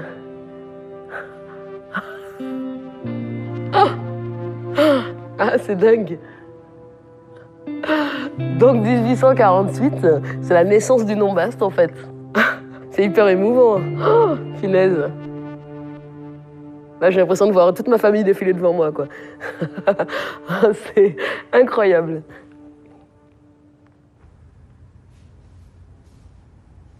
On m'a donné ce registre où on découvre la naissance du citoyen Jean-François Bast. Voilà, c'est la création de ce nom. Bienvenue au club. Ben écoute, bienvenue merci. Au club. Et si tu prends le mien, par exemple, tu vois, ouais. C'était le nom de Gordien. Voilà. Mais alors dis-moi, qu'est-ce qui se cache justement derrière cette attribution de nom? Qui décidait? Comment ça se décidait? Qui se levait un matin et se disait, tiens, ce sera Gordien, tiens, ce sera Bast? Exactement. La nomination des esclaves, il y a 3 règles. La première, pas de nom existant dans la colonie. Autrement dit, pas de nom des maîtres. La deuxième, seuls seront reçus les noms du calendrier grégorien et les noms de l'histoire ancienne. Mon nom Gordien, le nœud gordien, Alexandre Le Grand a tranché le nœud gordien. Et la troisième règle, donner des noms variés à l'infini en intervertissant des lettres de mots pris au hasard. Mais je vais te montrer, tiens. Tu vois, là, on avait un footballeur en Guadeloupe, l'un des plus grands footballeurs de la Guadeloupe, c'est un de mes bons amis. Son nom, c'est Will Si. Incroyable. Et là, et quand on a cherché l'esclave, c'est Si Will. c'est le nom de l'esclave. Incroyable. Voilà. Incroyable. Donc, c'était une des façons de faire. Alors, il y a aussi des noms péjoratifs. D'accord. Et c'est là que tu vas trouver toutes sortes de noms. Tu vas trouver, par exemple, une dame de 83 ans a été nommée vieillissime. Carrément. Par exemple. Ou alors, il y a un monsieur qui s'appelle Maccabée. Oh non. Ah non, mais ça c'est horrible. Alors, reviens à ton mot, ça m'intéresse. Bah écoute, moi, Bast, donc ce nom qui, pour moi, en fait, c'est un peu deux salles, deux ambiances. C'est un peu la naissance de mon nom. Ça, tu vois, émotionnellement, c'est très fort. Et puis à la fois, derrière, il y a comme un gouffre, quoi, tu vois. Ce qui est intéressant, c'est qu'on a récupéré tous ces registres. Et puis, on a fait un site internet qu'on appelle enchoucage.org. D'accord. Il recense tous ces esclaves. Tu vois que quand tu vas taper le nom Bast, tu vois qu'il y en a d'autres ailleurs. Parce que la question que tu vas me poser, c'est d'où vient ce nom Bast. Ben oui, voilà, qu'est-ce que tu en sais de l'origine de ce nom? Il y en a au Lorrain. Lorrain s'appelle Bast Sébastine. Donc on voit bien Bast Sébastine. Ouais. Tiens, tu vois, il y a peut-être quelque chose là. Il faut voir. Ah ben là, c'est une sacrée piste, là. Que tu Alors, voilà, donc... ouvres et que tu tends, là, finalement, devant moi. Donc, quel que soit ce que je vais continuer à découvrir en tirant le fil, c'est forcément un cadeau, parce que c'est un plus, parce que c'est mon histoire. C'est l'histoire de la France.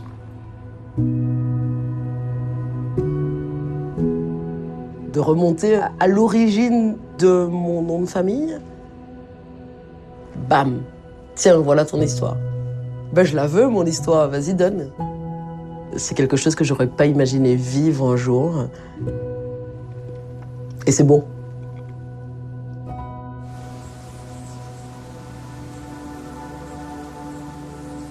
L'abolition n'est pas synonyme d'émancipation. Les anciens maîtres ont conservé le pouvoir économique. Les nouveaux libres restent souvent travaillés sur la plantation où ils étaient asservis. Ils tombent sous le coup d'autres lois, comme le délit de vagabondage, qui les empêche de circuler librement. Les discriminations raciales perdurent. La marche pour l'égalité est encore longue. Les esclaves, ce sont des choses. Ma tante Cécile Selma, qui est une historienne qui a fait des vraies recherches sur nos ancêtres, c'est quelqu'un qui a voulu nous sensibiliser très très tôt sur l'esclavage. Et aujourd'hui, je la remercie vraiment, c'est une femme qui nous a très tôt conscientisés. Le décret du 27 avril 1848, dans son article 1er, stipule qu'il n'y aura plus d'esclaves dans les colonies françaises. Mais dans son article 5, il stipule que tous les propriétaires d'esclaves vont toucher une indemnité. C'est-à-dire chaque propriétaire reçoit une indemnité, 425 francs or par esclave. C'est horrible. Oui, c'est horrible. Ceux qui reçoivent l'indemnité, ce sont donc les propriétaires. Quelle est la logique? La logique, c'est parce qu'ils estiment qu'ils ont été expropriés, dans la mesure où un esclave est considéré comme un bien meuble, comme les bœufs, comme les chevaux. En fait, moi, j'aurais voulu savoir qui est à l'origine de ce coup, au fait, tu sais. Il y a une commission qui comprenait des propriétaires, des financiers, des abolitionnistes. Ils ont travaillé pendant au moins 2 ans pour savoir comment il fallait, je vais employer une expression martiniquaise, comment il fallait décaler le crabe. C'est-à-dire comment il fallait vraiment trouver une solution.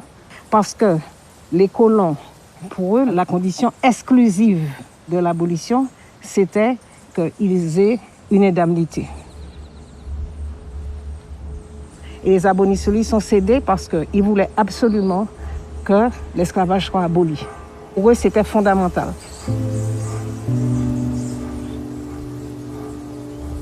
Ce sont les contribuables français qui vont payer aux anciens maîtres le manque à gagner causé par l'abolition de l'esclavage. L'indemnisation versée par l'État français s'élève à 126 millions de francs or, soit 3 milliards d'euros. Pour les anciens esclaves, pas un sou ne sera versé.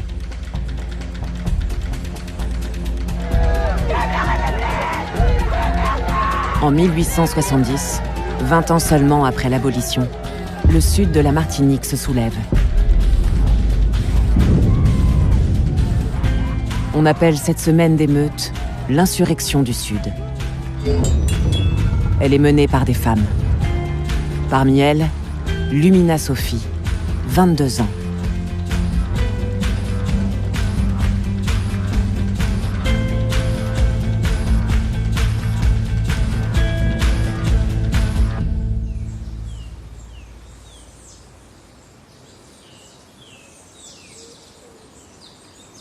C'est ici qu'est née Lumina Sophie, en 1848. D'accord. Alors Lumina, c'est une cultivatrice, mais aussi une marchande, une couturière. On lui reconnaît un tempérament intrépide, une certaine stature physique. Et en fait, Lumina, c'est une rebelle. C'est une rebelle qui très tôt s'insurge contre les injustices de la société coloniale basée sur les discriminations. C'est une figure emblématique de l'insurrection du Sud de la Martinique. Alors tiens-toi bien, elle n'est ni plus ni moins, cette Lumina, ton arrière-cousine. 2 fois ou 3 fois? 3 fois. 3 fois? Ah ouais, arrière-cousine. D'accord. Exactement. Mais est-ce que toi, tu en avais déjà entendu parler de Lumina Sophie? Pas une seule seconde. Pas une seule seconde. Non, vraiment pas. Non. Tout ce que tu me dis, je le prends là, voilà. En général, je suis dans la surréaction, dans l'hyperactivité. Là, pour le coup, j'écoute. Je suis en posture d'écoute, parce que je ne veux rien louper de ce que j'entends. Mais j'ai envie de chialer.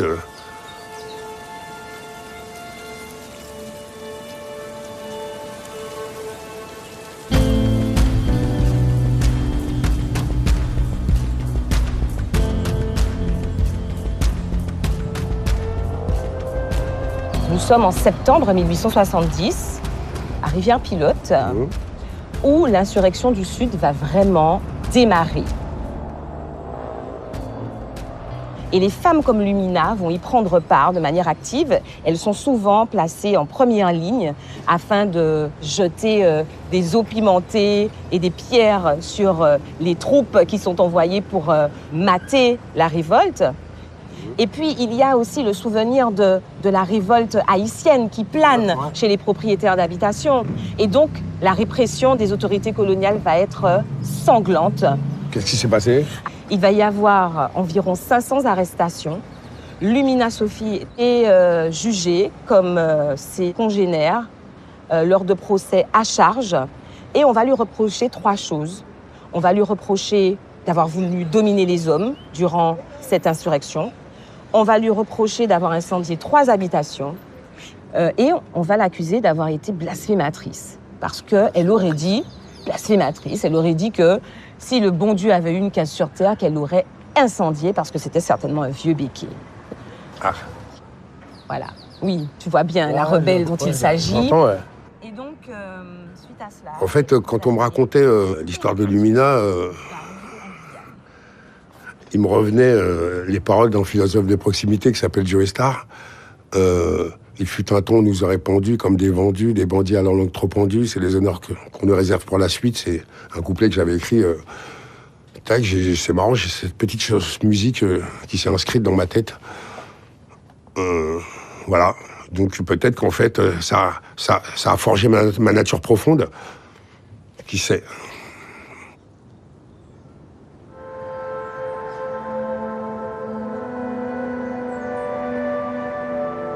Lumina est condamnée aux travaux forcés, à perpétuité.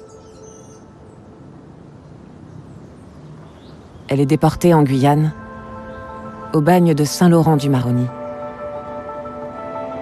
Elle n'y survivra pas.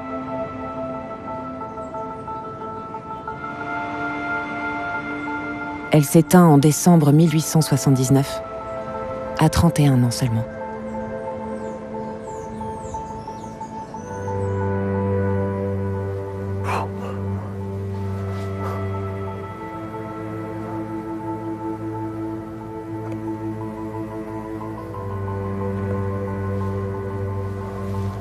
En aucun cas, je ne peux me résoudre à croire que ça ait servi à rien. Et puis je suis là.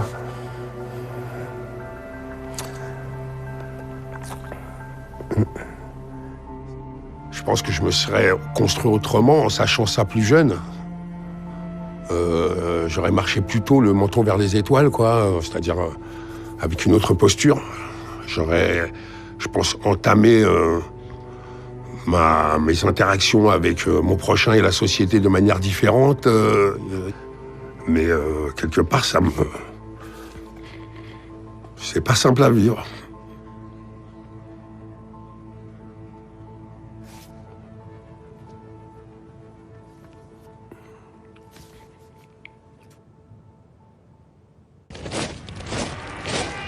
« 1914. La Première Guerre mondiale éclate. La France a besoin de soldats. Elle mobilise les hommes de son empire colonial. Ils viennent d'Afrique et d'Asie. Mais elle répugne à appeler les hommes de Guadeloupe, Guyane, Martinique et Réunion, que les généraux jugent paresseux et inaptes au combat. L'hécatombe des champs de bataille aura vite raison de leurs préjugés. Et les descendants d'esclaves seront appelés à intégrer l'armée régulière.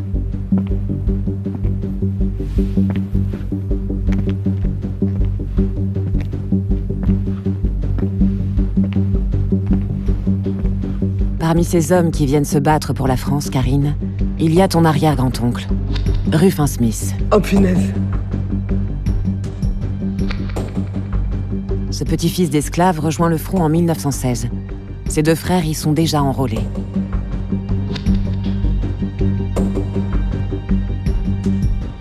Voici sa fiche matricule.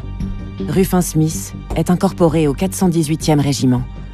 Il est envoyé à Verdun.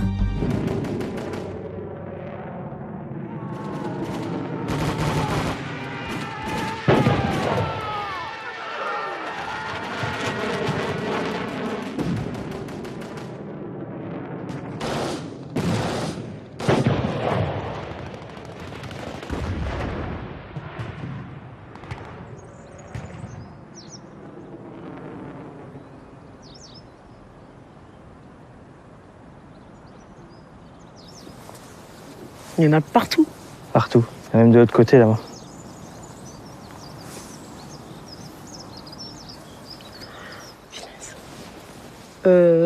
J'ose à peine te demander, là. Ah, je te comprends. Est-ce que Rufin est enterré ici? Non. Rufin n'est pas enterré ici. Rufin a survécu à la Première Guerre mondiale. Je suis prise dans un tourbillon, là.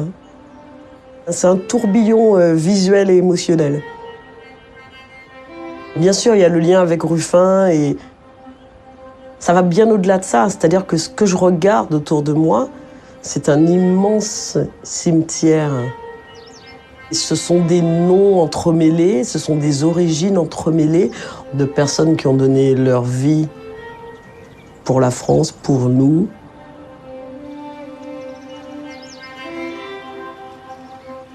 On est ici sur le champ de bataille de Verdun. Il y a le régiment de Rufin, il s'est battu, tu vois, derrière nous, à l'arrière-plan, au début de l'année 1918.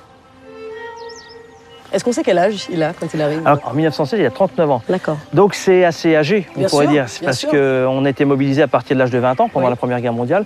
Mais pourtant, il y a eu tellement de pertes depuis le début de la guerre qu'on est obligé de recompléter les régiments avec des hommes plus âgés. D'accord.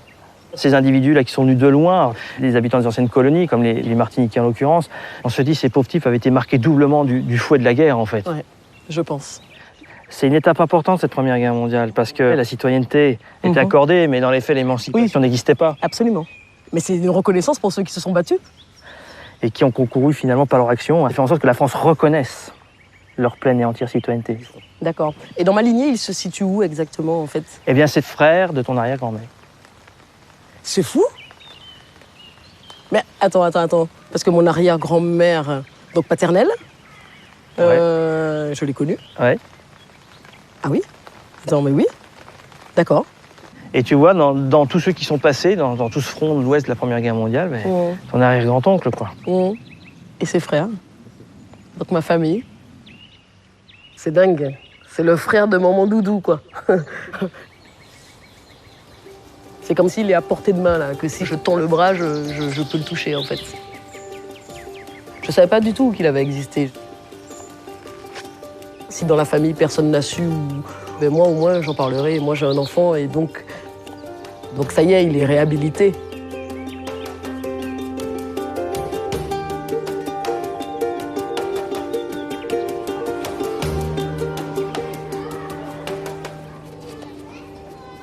À mesure que le temps de l'esclavage s'éloigne, des individus réussissent à s'extraire de leurs conditions de misère. C'est le cas d'un de tes ancêtres, Marie-Laure. Ton arrière-arrière-grand-père, qui devient instituteur de la Troisième République, en Guyane, au début du XXe siècle. Henri Cécilius Panel. Quelque part, il a trouvé quelle était sa mission.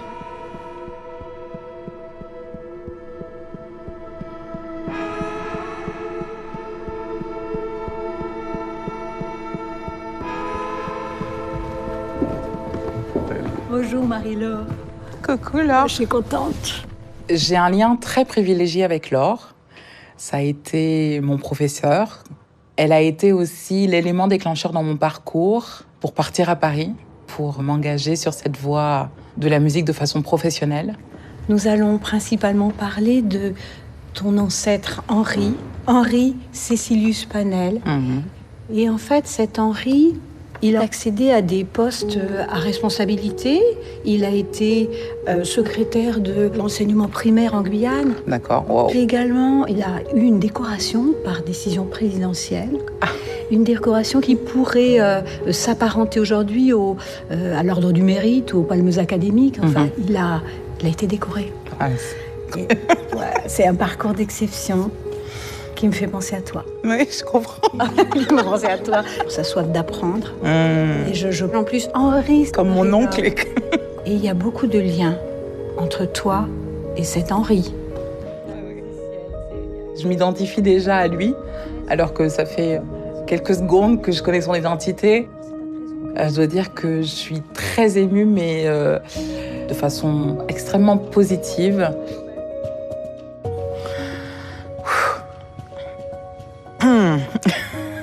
C'est beau. C'est super beau, ouais, c'est clair. Ça devait être quelqu'un d'extraordinaire. Hein. Sans nul doute. Ouais.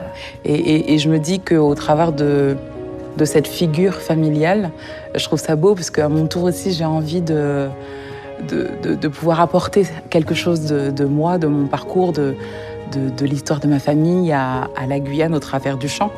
J'en suis extrêmement fière. On est deux alors. Adélaïde d'Augustine, Marie-Jeanne Alexandrine, Henri Cécilius Panel. Quand bien même je n'avais pas conscience de leur identité, je cheminais déjà avec eux.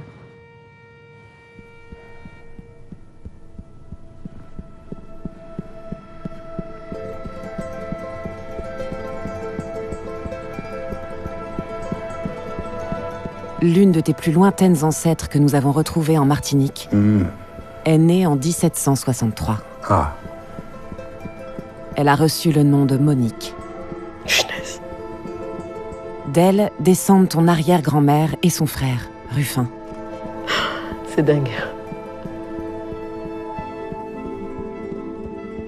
Les petits-enfants de Monique ont participé à l'insurrection du Sud. D'elle descend ton père. Ah bon? Monique est votre ancêtre commune. Elle est née sur le continent africain.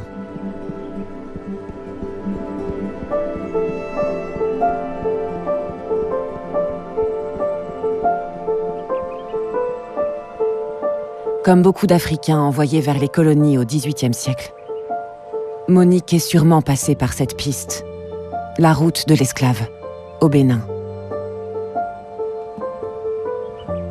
La foulée, c'est effleurer le crime subi par les millions de personnes qui l'ont emprunté pour nourrir la cupidité des empires européens.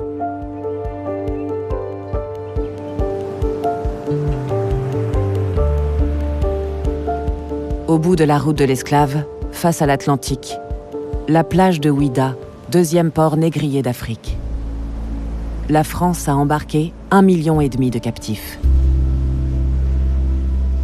On se dit, ben voilà, regarde, ils embarquaient là. On essaye d'imaginer à deux. 2/3 des afrodescendants antillais français ont un aïeul passé par cet endroit.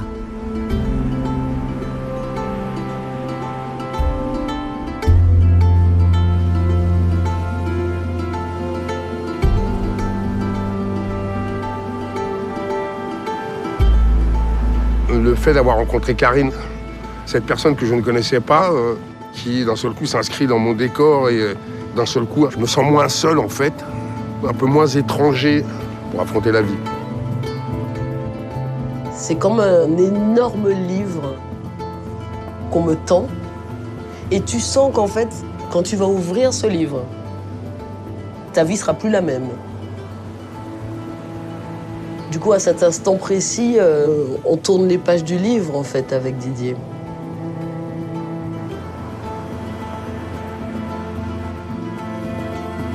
La traite négrière et l'esclavage colonial font partie de notre histoire. Ces crimes ont été commis pour de l'argent et du sucre. Ils ont enfoui dans l'oubli la mémoire des victimes. Je souhaite ardemment leur redonner la dignité qu'on a voulu leur ôter, la place qu'ils ont eue et qu'ils ont encore aujourd'hui, parce qu'ils continuent d'exister.